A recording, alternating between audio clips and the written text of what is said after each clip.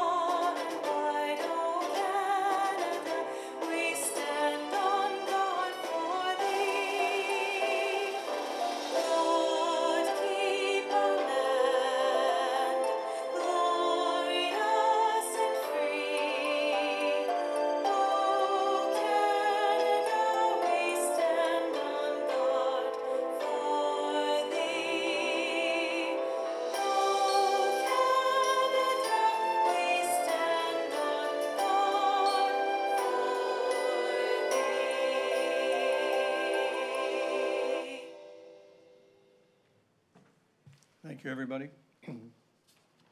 Madam Clerk, do we have any regrets for this meeting?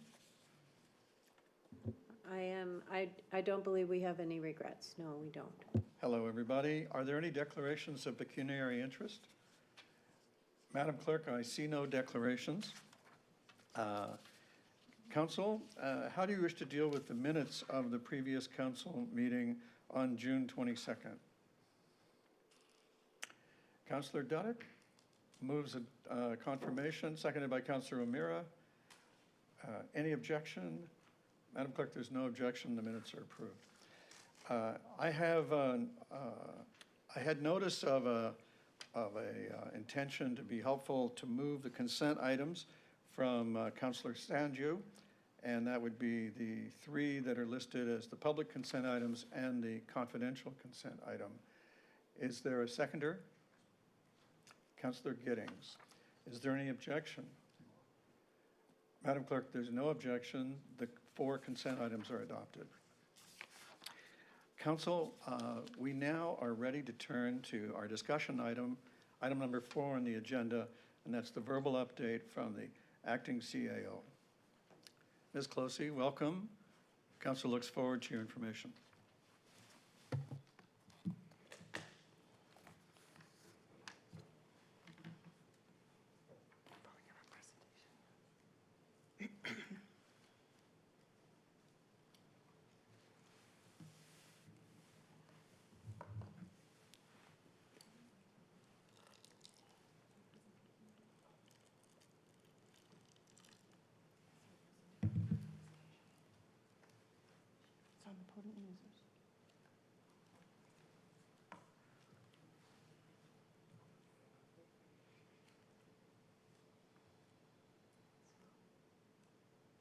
No, that's not it.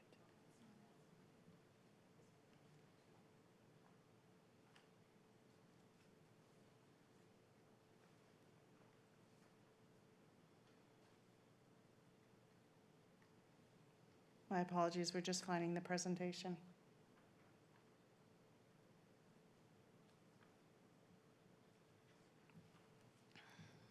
Your Worship, Yes, Councillor. I'm sorry, when you asked about the consent items, I had a quick question of clarification I just wanted to get on the record.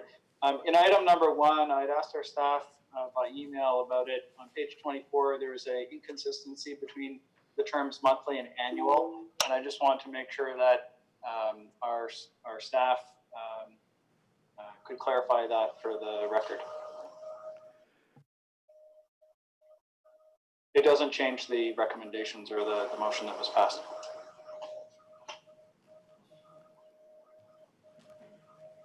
They're looking among themselves. Perhaps you could get that information offline if it doesn't change the recommendation. I can confirm what Councillor Adams is speaking about. We spoke about this. It should say annual, and it says monthly right now. Thank you. So the clerk will use her correction authority to fix that. Is that satisfactory, Counselor? Absolutely. Thank you. Thank you, Counselor. Acting CAO Closey, I gave you a little bit of time to get things going with the presentation, I hope. Yes, I have a presentation up. I'll be relatively brief today. It was just 2 weeks ago that I provided an update to council, so I have just a few things to add. Typically, I have the number of cases, but I think we've been certainly flattening the curve in the last while. I think there's been several days, if not a week or more, of under 200 cases in Ontario, even in many days dropping below 150. So we are doing extremely well in that area. So I did want to first off mention that there is a special council meeting that's been called for July 8th at 7 p.m. It will deal with the question of masks and face coverings and how council would like to proceed with that. So I was not going to deal with this issue at all as part of the presentation today. I think the Wednesday is the opportunity to deal with that discussion in terms of how we want to go forward. So I put this slide back up. I had it last time, really to remind us that we are in the stage 2 of phase 2. We're still in the restart. The emergency orders have been extended into mid part of July at the provincial level. And we have not yet moved to stage 3. I think most were hopeful we may hear something today, but I don't believe we did from the Premier at all. So we continue to be in stage 2. The Economic Task Force has been carrying on a lot continuous activities, and the latest was a launch of the Welcome Back Oakville marketing campaign last Friday. So the campaign really encourages people to shop and dine locally, and you can see the many faces on the picture here. I did want to deal with patios just fairly quickly. I think I had updated there was about 60 applications in the last 2 weeks. There's actually been 72 applications approved, another 8 are being processed, and 7 more businesses are showing interest in patios. So we've had quite a successful event with the patios. They've been well designed. Staff have worked extremely hard in order to process those applications as quickly as possible so the patios could be up and running the moment the province allowed them to be open. So what's returned and what's coming soon? As we had said the last time, splash pads are open. They were open on June 26th, just in time for this extremely hot weather that we've been having. Things have been going fairly well. There's 19 splash pads that are open, and they're well distributed throughout the town. July 2nd, just last Thursday, transit returned to the front door boarding, and that's been proceeding quite well. We will then get a better understanding of what is the magnitude of users on the transit system, which we have not been able to do with the rear door boarding. We also opened the Service Oakville counter, and that's for a variety of services, so the public have access into the building, just to the front area to get their services delivered to them at the Service Oakville counter. And July 13th, we're certainly looking forward to the pools. There are selected indoor pools and one of the, selected outdoor pools and one of the indoor pools that will be open on July 13th. We are proceeding through an online booking system so that people have to register to select their time within the pool. And that online booking system actually starts today. And we found actually that's quite a positive way of going forward. Some of the examples with the Toronto pools that are open already did not proceed with an online booking, and we understand over the weekend they had hour or more long lineups of people waiting to get into the pools. So the online booking seems to us to be a much more reasonable approach in going forward on the pools. It also allows us to give a good opportunity to measure demand so we know how many people are looking forward to using the pools so that we can better respond in terms of the availability. Summer camps will also commence on that July 13th date. Registration has been taking place. We have just under 1,700 spots available, and we've had registration for just under 1,200. So it's been well received by the community. So in terms of the sports fields, so there are some sports fields that are open, and they're for organized sports training. Of course, any family member could go out and kick a ball around the field, but our permitting is for a specific groups. So they've started training on our fields and our baseball diamonds as of the June 20th date. There are some further groups that will be starting fairly soon, and some have actually already started, in order to provide youth camps. Excuse me. So 26 out of our 60 fields are projected to be permitted in the next short while. So what's closed? It's always a good reminder for us to know what's not open. Playgrounds and play structures are still not open. So there was quite a bit of the caution tape coming down. I think the expectation of the splash pads that the playgrounds would also be open at the same time. So I know park staff have been out there replacing a lot of the caution tape in order to make sure people are aware that playground structures are not open. As well as the outdoor exercise equipment. The public washrooms, you had asked quite a bit about that at the last meeting. Most of those are open. The ones that are not open are the ones that are associated with specific sports fields, and they really are not as visible to the public, so we've left them closed until those sports fields themselves are actually open. So the arenas are not for public use, and you can see the other elements on the screen there that are not open. I did want to give you an update on staff. As of April, as you know, this is a bit of looking back. In April, we went through the process of laying off our temporary part-time, casual workforce, which, as we said at that point in time, was about 50% of our man-hours. We also redeployed about 130 full-time staff into other jobs, and those jobs actually have been very helpful to us in terms of managing our parks, both the parks ambassadors that were there, as well as getting our plants in the ground through our beautification program. So those were two programs that were very helpful, and they continued on until actually fairly recently. We had anticipated when we came to you in late April that we expected in our phased approach to recovery that we would bring in most of the staff by mid-June. Of course, that didn't happen. There is not enough facilities open to justify bringing back all of staff by mid-June, so they have been extended in a further period of time. So at this point in time, where do we stand? So we have had many more returns of staff. About 70% of our redeployed staff have now returned to their permanent positions.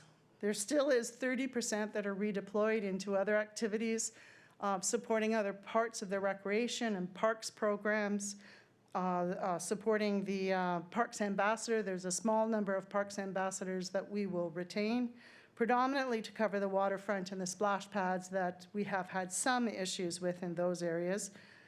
And in terms of our part-time and temporary staff, there's about 27% of those that have returned out of our normal contingent for a normal year. I did here want to spend a little bit on the Brawny Beach, which has been quite an issue. Actually, all of our waterfront areas have been popular with the hot weather. Access to the water, it's been quite attractive for a lot of people to visit.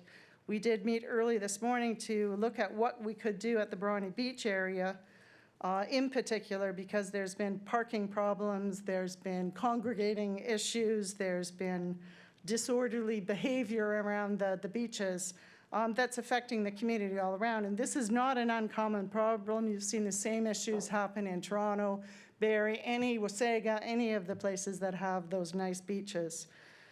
So we've put in an overall program to limit parking, no parking on many of the streets in that area. The signs are going up at this point in time. And we also will be allowing residents through a type of permit process to still have their visitors to actually park on the street. So it allows that still to happen. We are coordinating with the police in terms of how to better enforce the requirements in the Brawny Beach area. And in fact, in many of the waterfront areas, similar issues are happening in Burlington on the beachfront that they have as well. So those means are all being put in place in order to ensure we can better manage the Brawny Beach area. So enforcement and police will be much more visible in those areas. So I did want to spend a little time on that because we've had several emails on that concern. So that closes my update for today. You do have another report on the agenda on the financial update. I think it's the next item on the agenda, but I'd be happy to answer any questions if you had any. Thank you, Ms. Closey. Councillor Lischina, then Councillor Sanju. Thank you, Jane.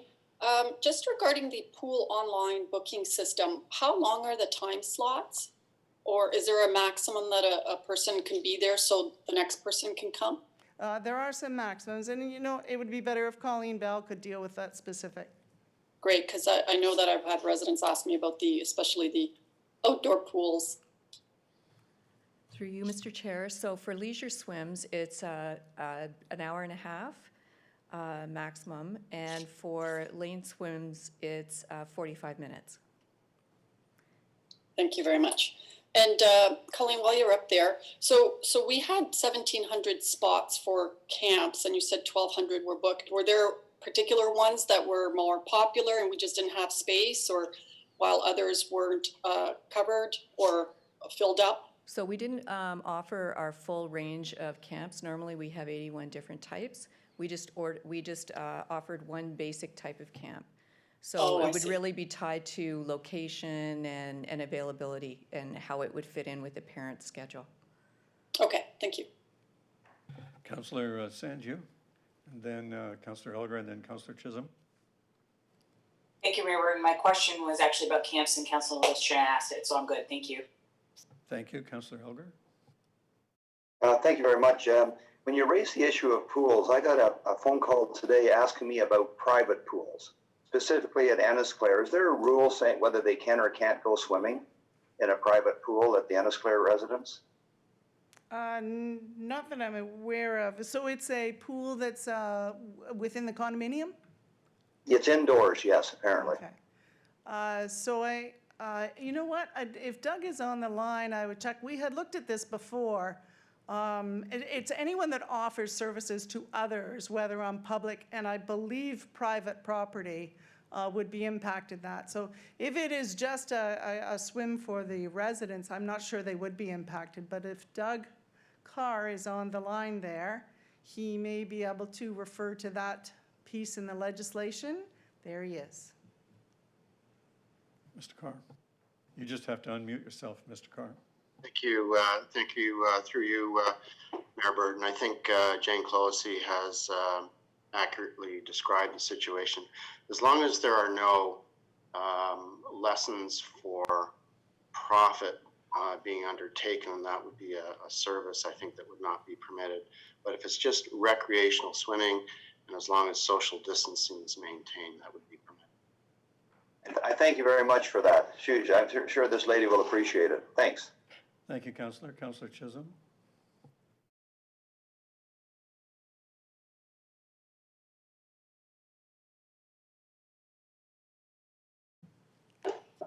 Okay, sorry, I'm muted now.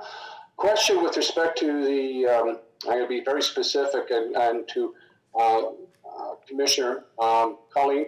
With respect to Brookdale Pool, is there a time when that pool will be open, or is it going to be closed indefinitely? Through you, Mr. Chair. So the way that we're approaching the pools is we're starting off with limited capacity at the ones that we are already opening. We are establishing waiting lists, and as a matter of fact, we do have some waiting lists for certain time slots. So we will review that, after a 2-week period, and we will do one of two things. We'll either increase the capacity at the pools that we are currently reopening, or we will look at additional locations, whatever makes more sense in terms of demand. Thank you. Thank you, everybody. Councillor Grant, and then Councillor Haslett-Thiel. Thank you. If we're talking about waiting lists, where can citizens go to, get themselves on a waiting list to go to a pool? So the online booking is available on the website, so they could access it there. Right, but is there a link on the front page? Is there, one of the little things that we have that float by on the front page that people can use? Is there a header? Yeah, I believe there's a header, the pages that flash by there. If not, we'll forward you a link in terms of what's on the website. That would be great. Thank you very much. Thank you, Councillor. Councillor Hazard-Thiel. Thank you, Mayor Burton. Can you give us an idea where community centers are in the review process in terms of possibly reopening? So many of the community centers are open to be able to support either the summer camps that are there. In the case of QEP, the indoor pool is actually open. And in some of the facilities, there's the organized sports groups that are there. Gymnastics club would be one that should be in their facility fairly soon. Beyond that, they would be covered by the provincial order. So we'd await for that order. We have reviewed to some extent things that we could open whenever those orders become available. But that's really the constraining factor on the recreation's complete opening with all its full services. Thank you for that. So further to that, the Oakville Trafalgar Community Center, which is tentatively September 19th, do you have any information about programs that are being planned for the fall for it? So it would be the similar type of availability for the other centers. Summer camps would, of course, be over by that point in time. I don't believe, were we looking at the pool opening? Not at this point in time, but no. Certainly we can consider it. So I would suggest we need to look at the programming that was identified for the OTMH a little more closely against the provincial order to be able to really refine that delivery. We haven't as yet done that in detail, but we can certainly give you an update in August at the next council meeting in terms of where that would stand. That would be terrific. Thank you. And my last question is just, when do you anticipate council chambers being open to the public? Oh, well, I think that all depends on the congregation limits. Right now, it is fairly limited. We are trying to limit the access within the council chambers. It's the social distancing, which is the issue in the council chambers itself. So I actually don't foresee the social distancing changing very quickly. Perhaps not until we have a vaccine for the disease. So it will be limited opportunities for us to be able to work within the council chambers. So I have no idea when that really will happen. Hopefully we have an opportunity to continue with the virtual meetings even after the emergency order comes off. Okay, thank you for clarifying that for the public. Just to add, the ministry has told us several times now that they are working on legislation to enable virtual meetings to continue after the provincial declaration may be lifted. So there's a clue there in terms of the future. All right, that seems to be everybody who had a question. Oh, Councillor Knoll. Councillor Knoll. My question is with respect to the Oakville Center for the Performing Arts, and have we made any kind of plans for return to service there? I know that it's more challenging, obviously, for the same reasons you just mentioned with respect to physical distancing, but I've had a conversation with one of the local users of the stage, and they're quite anxious to get something going this fall, and I'm curious if we've made any tentative plans in terms of reducing capacity for social distancing purposes, or how we may proceed with that once phase 3 lifts the restrictions on the use of theaters and cinemas. So we are actually talking about the Performing Arts Center at our recovery meeting tomorrow, recovery committee meeting. There are some technical issues with the Performing Arts Center in terms of washrooms and the ability for us to physically maintain distance separation in any effective way. Of course, that applies in the theaters as well, but you could block off seats in order to accomplish that. So we are, at this point in time, looking at a program which would not see the Performing Arts Center open until 2021. There is a fair amount of work that needs to be done in terms of bringing the theater up and operational. At this point, that's what we're looking at, but we want to revisit that decision in September so that it is enough time if we wanted to or could, based on the provincial orders, ramp up sooner.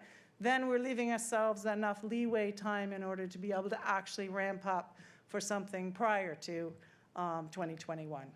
So that's a way of saying to you, we're not at this point in time planning to be open in September. We'll revisit it in September, but it could be as late as 2021. Thank you very much. All right, thank you, everybody. Could Councillor Adams?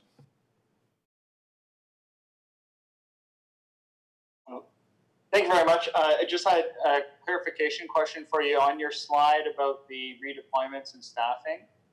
You showed a general movement towards unredeploying staff who had been pushed into positions that are not the normal positions.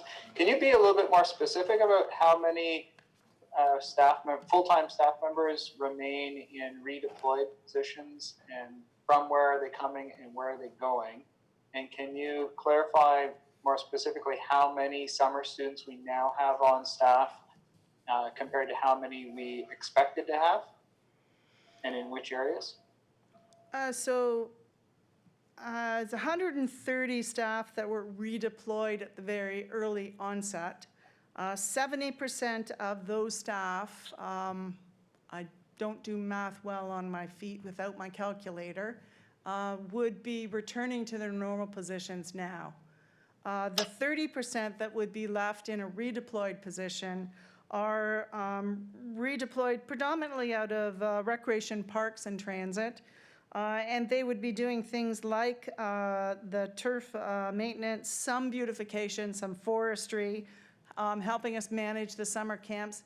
In a lot of cases in our closed recreation, or for example, even the Performing Arts Center, those are very capable staff to be able to run our summer programs or even participate within some of the community centers that are open. I'll just digress for a minute to say that the expertise and the amount of management that has to happen at the summer camps is much greater than we've ever had before. So we do have the opportunity of our redeployed recreation staff to make those programs much more effective, with not just leaving it to the students to manage, because it's such a complicated program. So if I go back, 30% of the 130 people are in Parks Ambassador programs, turf maintenance, beautification, forestry, and summer camps. So I think the last question was on our part-time, temporary, and contract staff groups, or non-full-time. I don't have the number that we had laid off originally. I was looking to see if about 1,200 were laid off originally, and we have about 27% of those recalled back to serve the programs that the province has now opened up. So we have something in the order of 300 or 350 of our summer students and contract staff who have come back or are new into their positions this year, working in things like the summer camp programs and others, and yes. the parks programs. Parks, with the parks groups as well. All right. And but that means that there continue to be a very large number of summer students who have not been called up for any summer duties. Yeah, so that is the whole group. I just want to emphasize it's summer students, it's contracts, it's temporary. It's that whole group of non-permanent full-time positions. So you're right, there is, 73% left that have not been brought back, mostly because they're attached to the programs that the province has not opened up yet and are not available for us to run. So of that, I understand that there's several categories within that 1,200. Do you have any idea of the specific numbers with respect to the summer students? how many summer students we would normally expect and how many we actually have? I don't have that with me today, but we can send that out to you in terms of the number of summer I- students. I know that specifically. there are many people across Oakville whose kids would normally be taking such positions, and it would be, I think, helpful for people to have a general understanding of just how many students are not in their positions. And so of the full time, it sounds like there's only about 50 now that are redeployed in other positions. That's right. And then I have one final question. Could you describe for ourselves and the general public ever so slightly the kinds of changes that are required in the summer camps with respect to the smaller groups that are required, the smaller cohorts, how much more of the time is being spent outside instead of using our facilities and that kind of thing? I will actually ask Colleen Bell to deal with the protocols Great, on thank you so summer much. camps. And this is from a question that came from a constituent about concerns over how summer camps could be a spreading process for COVID. And it would be helpful, I think, for parents to understand what's happening here, because what happens here is a taste of what may or may not happen for schools in September. Through you, Mr. Chair, the guidelines for camps are very stringent, as you can appreciate. So, for example, parents are required to have done a temperature check and to be able to identify that their children don't have COVID when they come to camp, obviously. We have taken a lot of steps to ensure that the size of the groups that a child might be assigned to are very small. Normally with our camps, you often have blending of different groups together for certain special events. There will be none of that happening. So for example, you'll have a camp counselor who will have their own cohort that they work with for the entire duration of the camp. They have specially assigned washrooms. There is no commingling of any kind. And obviously we adhere to strong hygiene standards in terms of everything being wiped down. There's no singing, which I know is unfortunate because singing camp songs is one of people's favorite things. But given health guidelines, we won't be doing that. And there will also be no sharing of equipment or anything like that at all. So it's that when I said it's a very basic camp, it truly is a basic camp this year, but health and safety is our first priority. We want our campers to have a great experience, but it needs to be under really stringent standards. Thank you so much for that description. Any other first-timers before I do second-timers? We only have second-timers. Councillor Lischina. Thank you very much, Your Worship. Jane, could you just remind me and the public about street parking, the 3-hour limit, and as well as overnight permits? Where are we at with that? So the overnight permits, we are not charging for the overnight permits. In terms of the on-street parking, I'm assuming the 3-hour limit is still applicable. So that would still apply. And I'm looking at Jim Barry as I turn around. They don't apply. Okay, so I'll let Jim describe the parking requirements. Thank you. I've had a number of questions and I just want to make sure we're all clear with it. Through you, Mr. Mayor. Right now, there's no enforcement of time limit regulations. So 3-hour, 2 to 6, if that were applicable, it's not. But downtown paid parking isn't enforced. All enforcement staff are essentially focusing on COVID-related matters and safety issues. So from a parking standpoint, if a driveway is blocked, if somebody's in a no parking zone, if a fire hydrant, fire route, those types of things are enforced, but the time limit are not.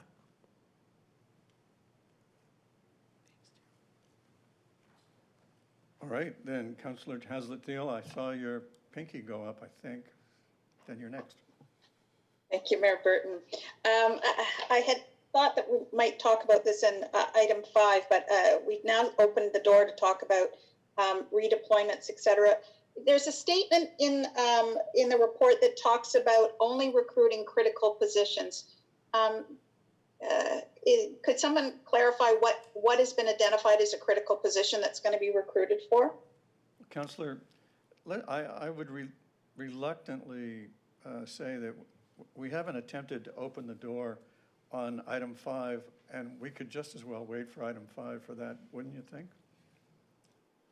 We were talking about redeployments, and redeployments are filling service needs, but I will wait till item 5. Thank you. Councillor Chisholm?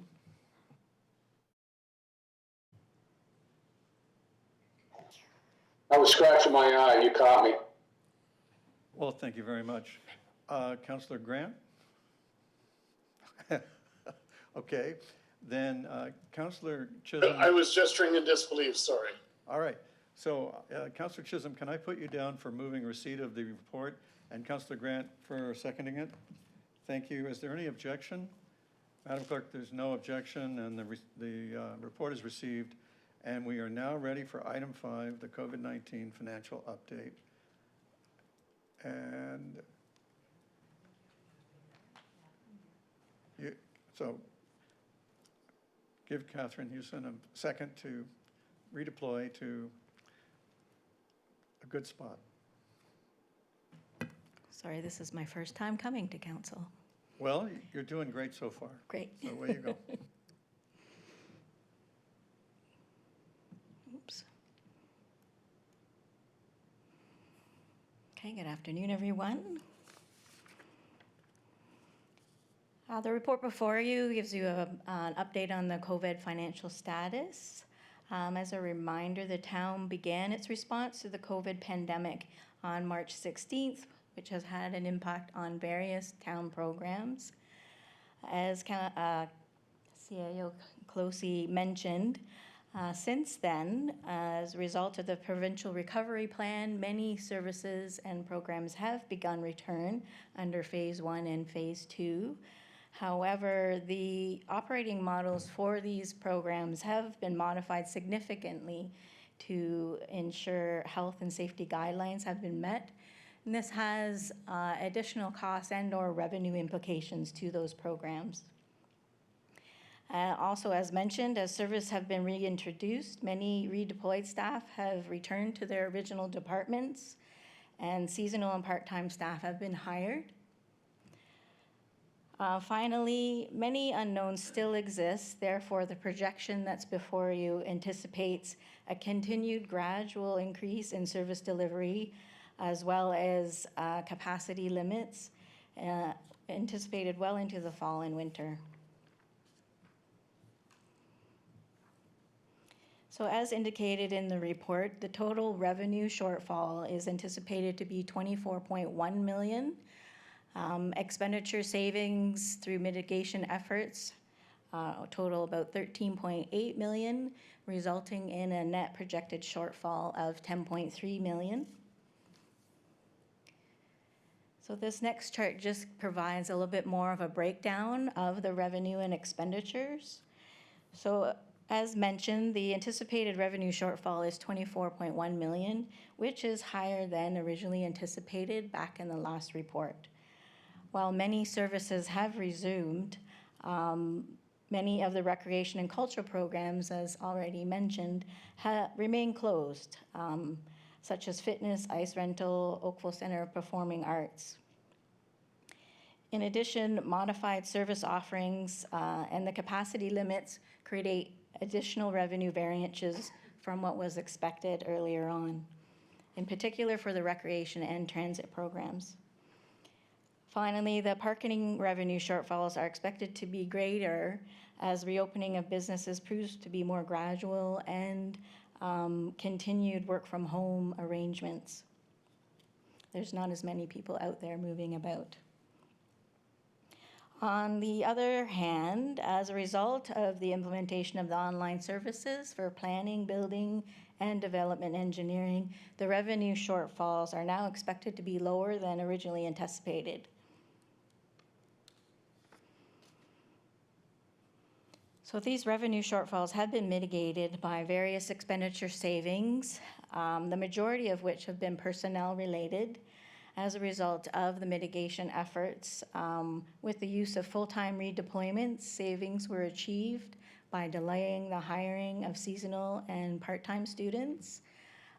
Now with the continued efforts, There will be further savings related to part-time, as well as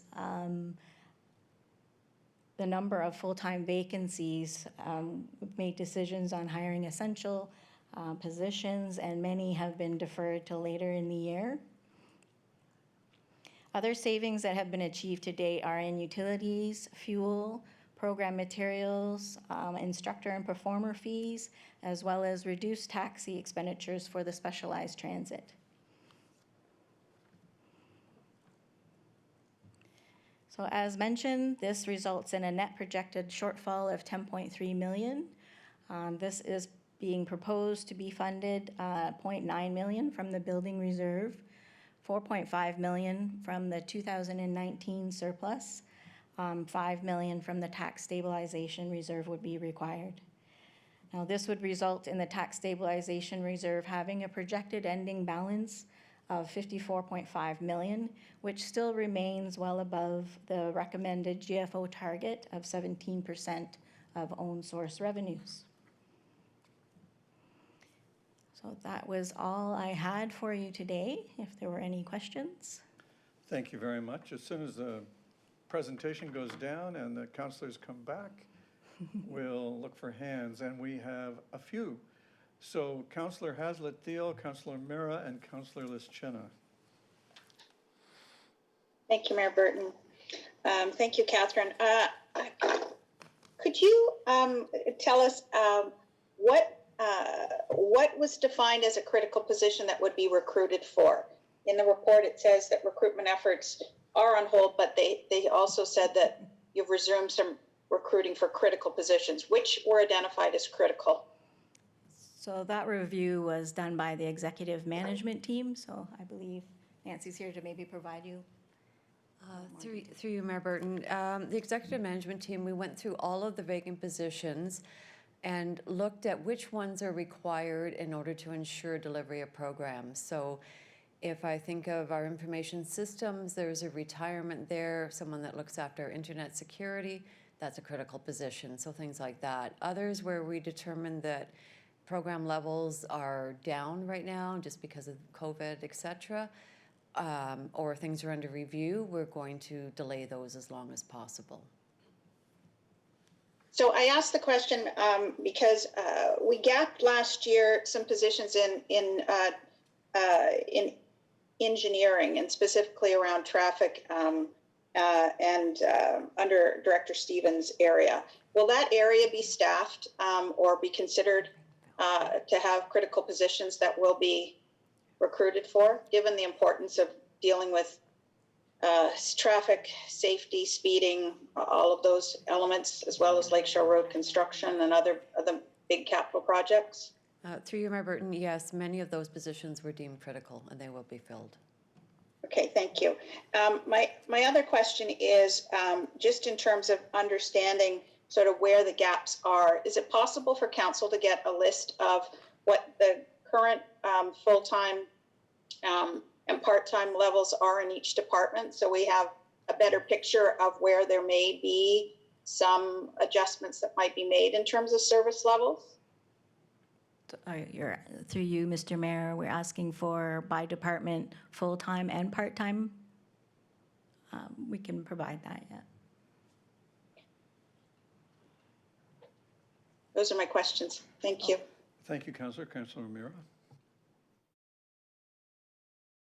Sorry, Councillor O'Meara, were you? Okay, Councillor. Thank you, Your Worship. Councillor O'Meara is. My question pertains to around where we, how we're making up the loss here. We're going into our stabilization reserves.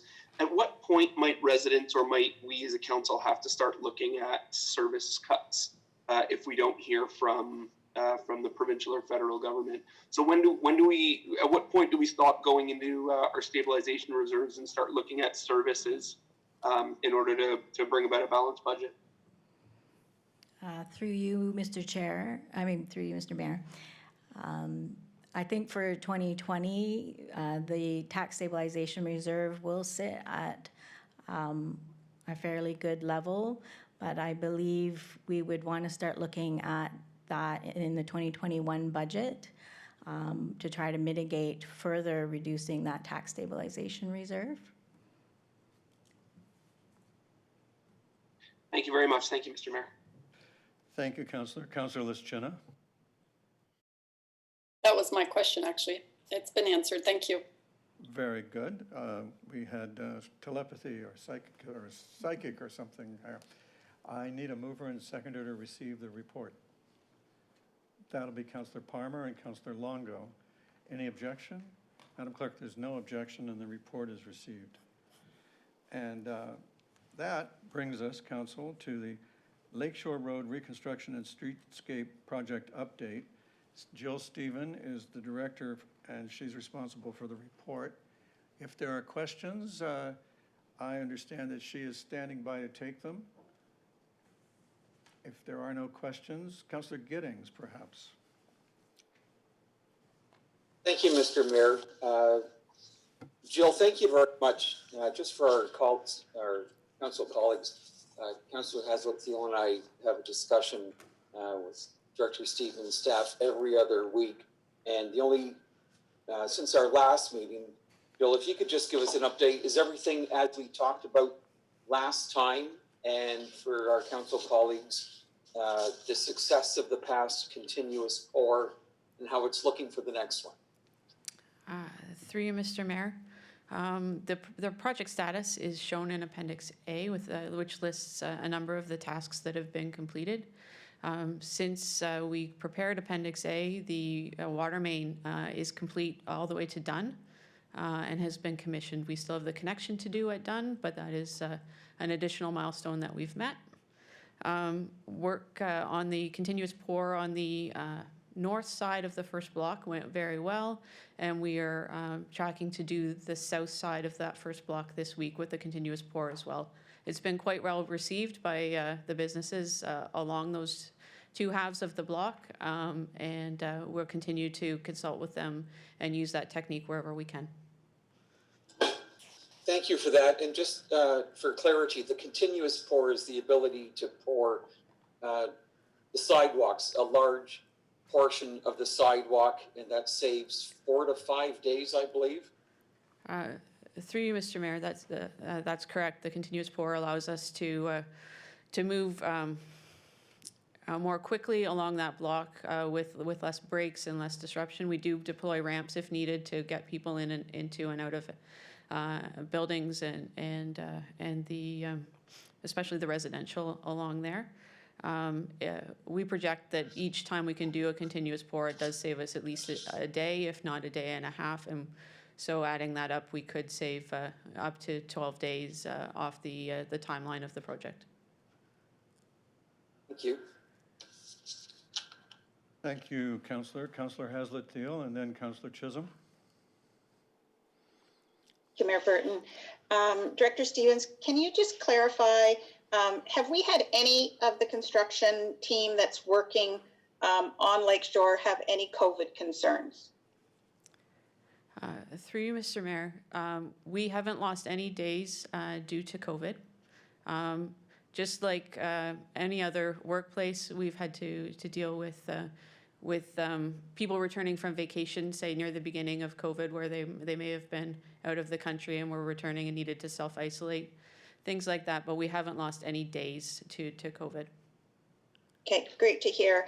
And as we watch them start to finish the phase 1 work that had to be, I'll say redone, will we see an increase in labor available to start helping with phase 2, especially because we're now moving to above ground work? Through you, Mr. Mayor, the crews are moving back and forth between phase 1 and phase 2, depending on the work at the time. So we had a lot of the concrete crews staff in phase 2. They'd moved quick back to phase 1 at one point to help with the bollards. Now we have the concrete base in place in parts of that first block. So we're able to move the landscape crew over to phase 1, over to phase 2 from phase 1 to work on the granite pavers, and the planter curbs have started to go in phase 2 as well. So they're being allocated based on need and trying to keep everybody busy and working Well, I want to express, and I think Councillor Giddings would agree, our appreciation for you continuing to evaluate how you can optimize the schedule and stay on the critical path, so we all can look forward to a grand reopening and no delays. So thank you for the update. Thank you. Councillor Chisholm, I believe. Thank you, Worship. A couple of quick questions. I had the opportunity to walk downtown a couple of days ago just to look at the construction, and it seems that everybody's very busy and it's moving quite quickly in some areas of downtown. My real question is with respect to the town square. I know we pushed this out to 2021, but where did the clock go? Is it in somebody's front lawn? It's not there. Yeah. Can you explain if it's taken down for a reason? Yeah, through Mr. Mayor, it's safely in storage at our North Operations Yard. It was taken down while we were doing our work in the area to ensure it remained safe and undamaged. And the region's been in to do a little bit of work. They will be going back in, and we want to make sure that it will go back when we're done our work. Well, it's good to hear because I didn't want to see it on Councillor Giddings' back lawn and in front of his house. So anyways, that's good news. Just a clarification, installing a new copper water service. What is that? That sounds expensive. Through you, Mr. Mayor, because we have our work planned for Town Square next year, the region is going in to ensure that their services are in good shape and will not need to be repaired or replaced, in the foreseeable future. So they're just upgrading those services to those businesses that used to front on George Street when George Street went all the way through, and on Lakeshore. They're doing that now so that we won't have to go back in and do it later. It's all work being done by the region and paid for by the region. So my question is it the copper piping they're putting in? Yes, through you, Mr. Mayor, that's okay. correct. Thank you. Thank you, Councillor Chisholm. Councillor List-Jenna. Thank you. Jill, could you just clarify the silver cell installations? That doesn't include the actual tree planting. That would be happening either in the fall or next spring, or how does that work? Through you, Mr. Mayor, right now the tree planting has been limited to phase 1. They'll go in later in the project. We'll work with the arborists to ensure they're done at the right time so they stay healthy. Thank you, Councillor. I need 2 volunteers to move and second receipt. Councillor Sandu, thank you very much. Councillor Robertson, thank you very much. Any objection? Madam Clerk, there's no objection. The report is received. Council, Ryan Maynard and I apologize. This item about the license agreement for a cafe in the Oakville Trafalgar Community Center was meant to be a consent item. There is no presentation. The report is pretty self-explanatory. Councillor Haslett-Thiel, you had your hand up first. I'd be prepared to move it, Your Worship. Thank you. Councillor Giddings, would you like to second it? I would like to second it. I also had a question. I take it that depending on the circumstances in terms of the opening and what we're going through, do we expect it to be open when the community center opens, or is that a game time decision in terms of expected people visiting the community center and their ability to staff it safely and so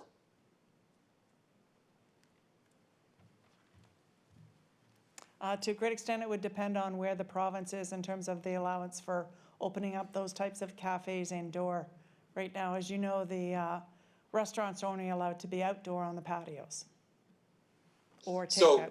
So, thank you. We will work with them to ensure that they can open when it's safe to do so, and there won't be any penalties or any other circumstances like that. That's correct. Councillor Chisholm. Thank you, Worship. Just a comment more than maybe a question too. with respect to the license agreement for a cafe, as you know, we went through this process, tendering process for QEPCC, and as time went on, we had some real challenges with that service being provided to the community. I'm hoping we've learned some lessons from that last agreement, so it can be forwarded on to a better agreement for Oakville Trafalgar Community Center. Thank you. Thank you for that, Councillor Chisholm. All right, if that's the end of our questions, we have a mover and seconder. Is there any objection? Madam Clerk, there's no objection, and the item is approved. That brings us to our confidential discussion items. We have two notices of motion, which are for the public, and I'm going to see which of these two confidential discussion items we can pass without going into camera as part of our corporate goal of reducing meetings in camera. Councillor Lischina, your hand is up. I would like to move C3, Thank you. confidential item. Councillor Haslett-Thiel. With respect, I do have a confidential question I'd like to ask in camera All right. on C3. Okay. What about C2? A mover, a seconder? Are there confidential questions about C2? Councillor Haslett-Thiel. I'm sorry, you're muted. Sorry. My question isn't confidential. I'd be comfortable asking it now, if that's okay. C2, go ahead. C2. I'm just wondering if this issue has any impact on the Lakeshore West Scenic Corridor. Mr. Carr. Or Mr. Barry, I guess.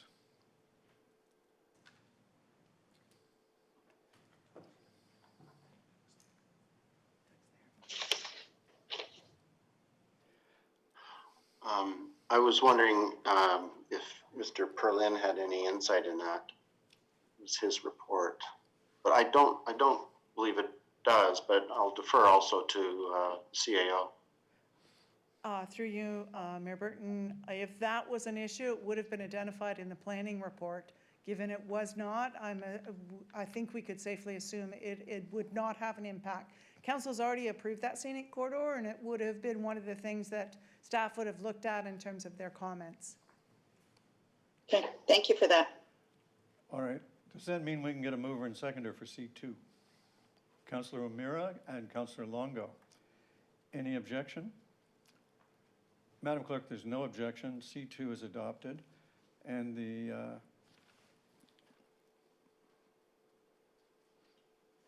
confidential recommendation is approved. So now we'll move the C3 matter down till we have finished the public matters, so that the only thing we have to come back for is the confirmatory bylaw. Is that satisfactory with everybody? The clerk is nodding yes. That's possibly the most important one. All right.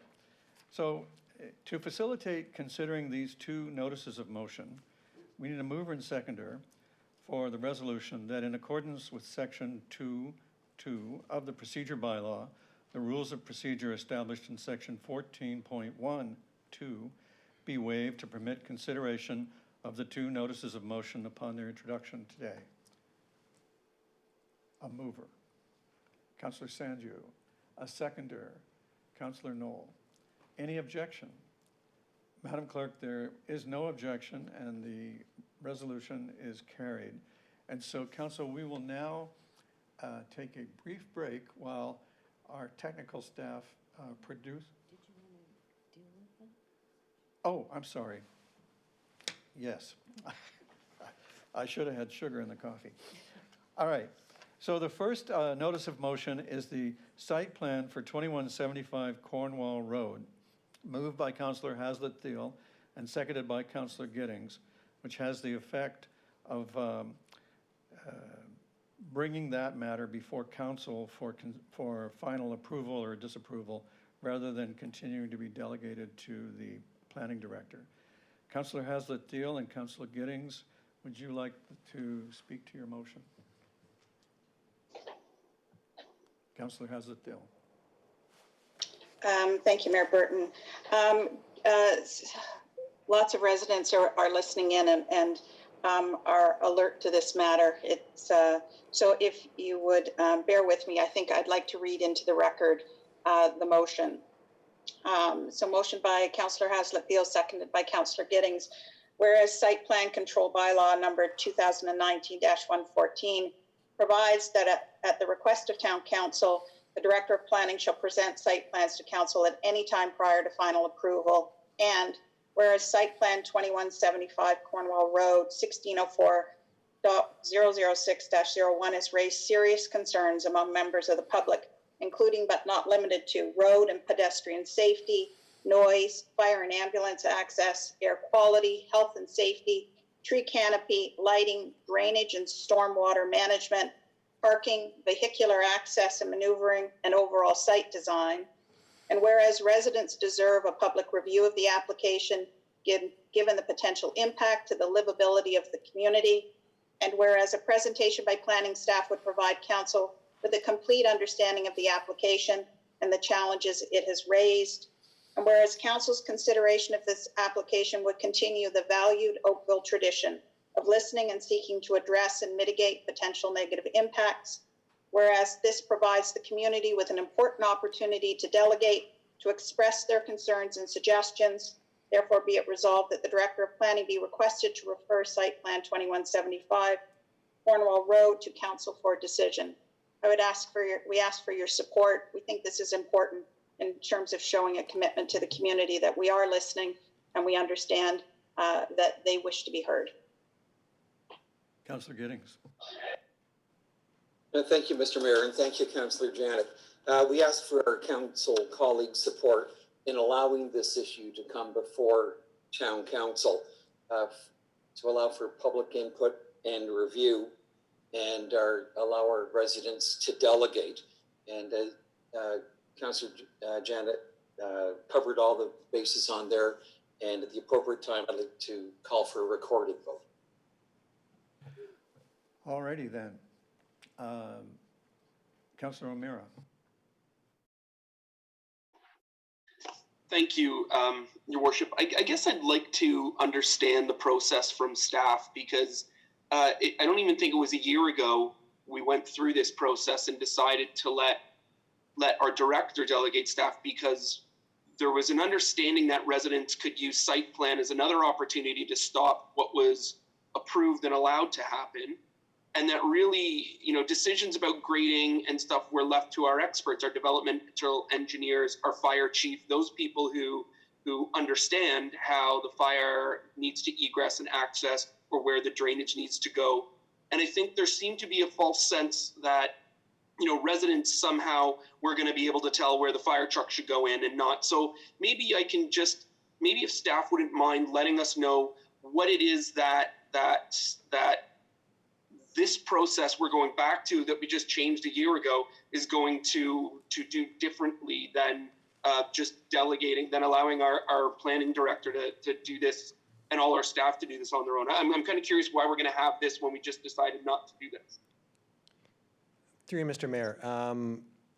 I guess what I'd say to that question is certainly the delegation continues to provide council the opportunity to require this to come back when there are specific circumstances that council may wish to hear and make decisions on those specific instances.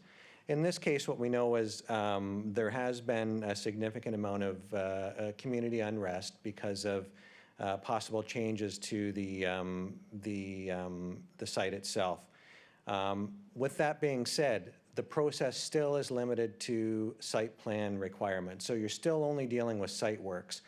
Should council make a decision based on any of the other things of use, even though a use is required, the amount of use going on in the property, if those are reasons for council's decision in the end, they are appealable to the LPAT. Okay, so So then I guess my difficulty here is, you know, we've gone through this for a number of years, and a lot of people think that they get to stop a development now through site plan, and that's not what site plan has ever been intended to be for again. And I guess, you know, I don't mind going through the process, but then I ask myself, why did we all just vote to do this process change last year? And I think I have troubles with, you know, the wavering on this one. I mean, it's an accepted use where it is.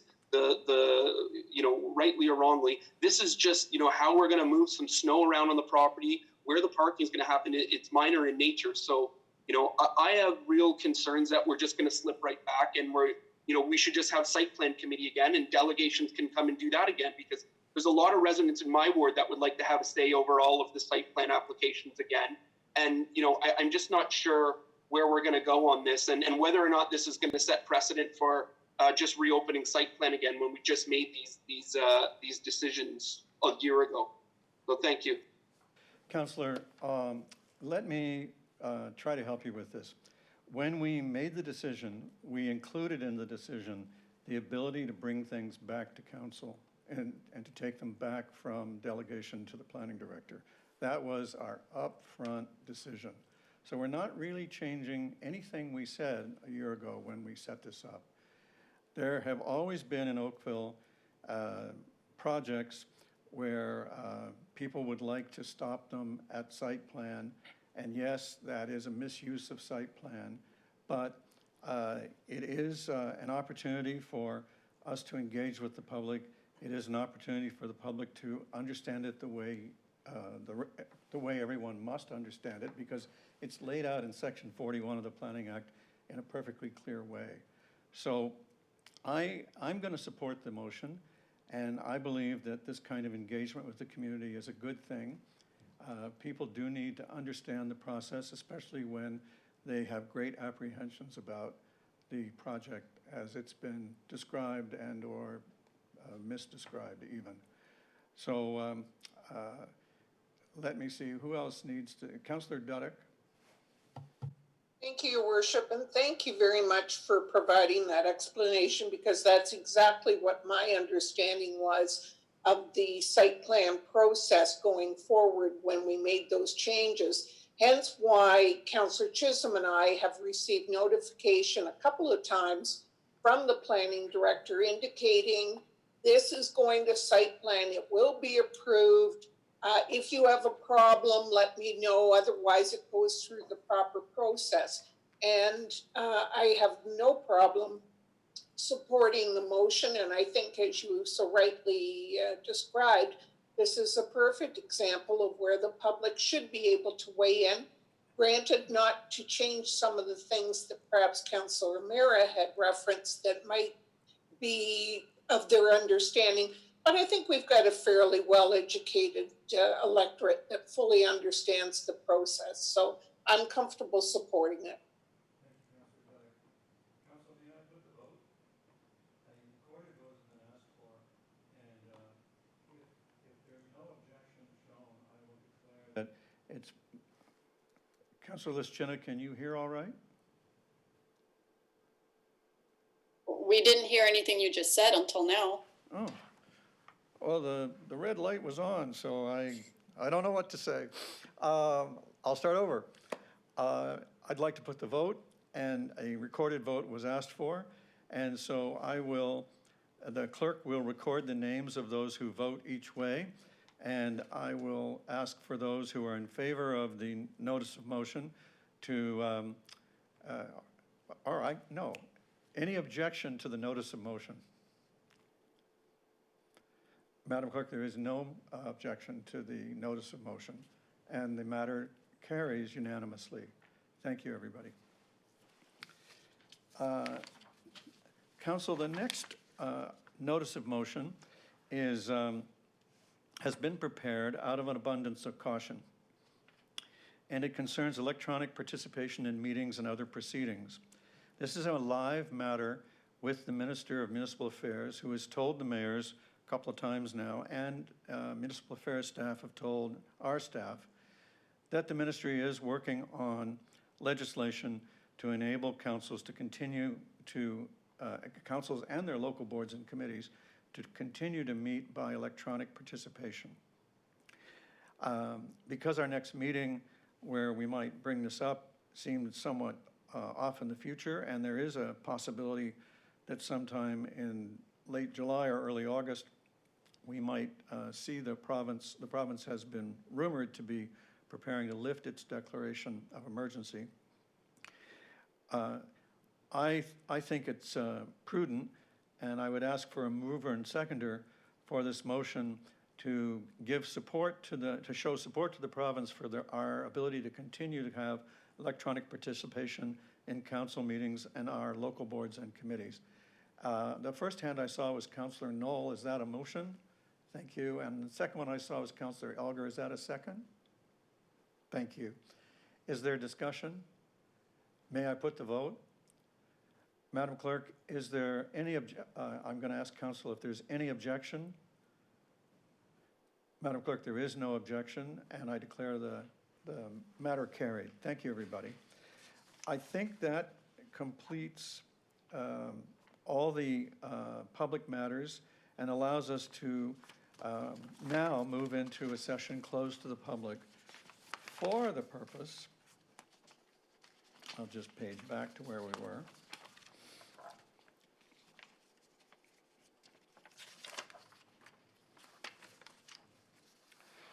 So it's moved by Councillor Hazlitt-Thiel and seconded by someone we'll discover in a second that the council resolve into a closed meeting session for the purpose of dealing with a personal matter about identifiable individual.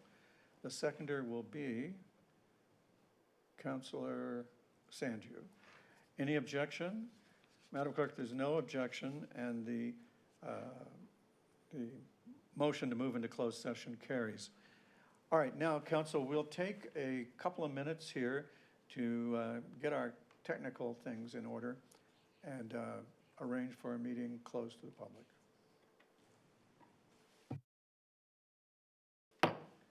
Hello, everybody. Council is now returning to a public session, having met in a session closed to the public for the purpose of dealing with a personal matter about an identifiable individual. Council, I need a mover and seconder for the recommendation in the confidential report from the Commissioner of Community Services and Human Resources Department. Councillor Lischina moves it, and Councillor Giddings seconds it. Council, is there any objection?